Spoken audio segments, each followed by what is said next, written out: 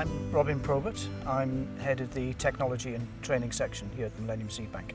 The Millennium Seed Bank project is really a network of international partnerships that seeks to collect and conserve plants that are important to people. Plants that could be important in the nutrition and health of people.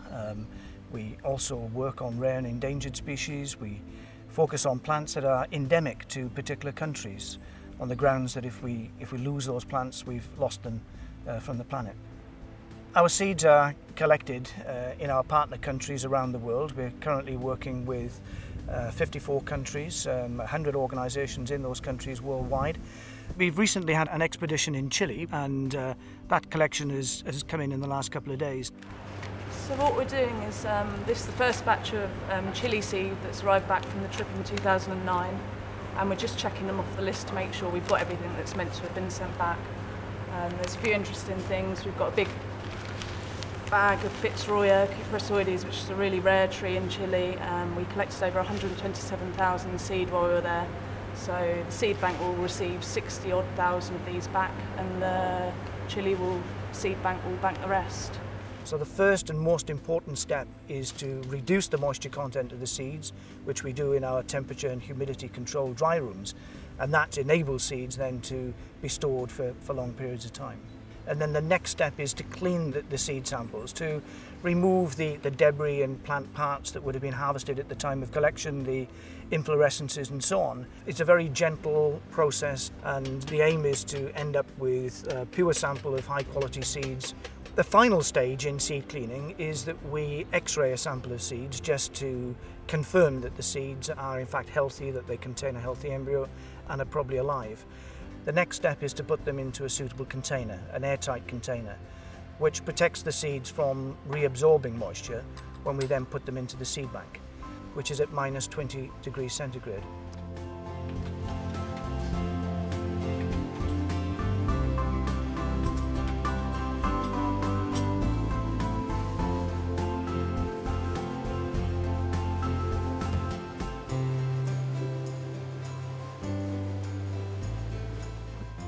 Once we've got our seeds safely stored in the seed bank, the first thing that we need to do after that is to perform a viability test, to check that the seeds really are alive. And germination testing is probably the most important routine job. Okay, the idea behind the germination testing for the curation section, which is the routine collections in the bank, is twofold. First of all, we want to determine what the initial viability of the collections is once they've been through all the processes and been stored at minus 20.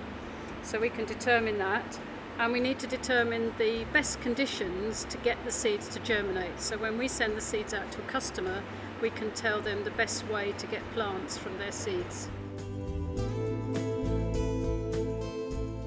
Those two crucial steps, first of all drying down to a low moisture content, and then sealing and cooling down to a sub-zero temperature, combined enable seeds to survive for very long periods of time. We think that most species will survive for many decades in a seed bank.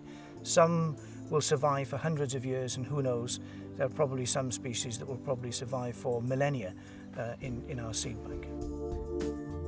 We are producing plants really to verify them, so a lot of plants come into the seed bank unknown. A lot of species have never been known to queue before, so we're looking at trying to identify them. The other reasons that we grow plants for the Millennium Seed Bank is regeneration, so often seed come back in such small numbers that we need to bulk up the numbers for them. And then the other side to our work is experimental, so this Banksia brownii here is a really rare plant from southwest Australia, and it's actually dying from Phytophthora in its native habitat, and it was actually used, and we grew seedlings. I think 180 went back to the country of origin, and they've been replanted and reintroduced, and it's now thriving in its natural environment.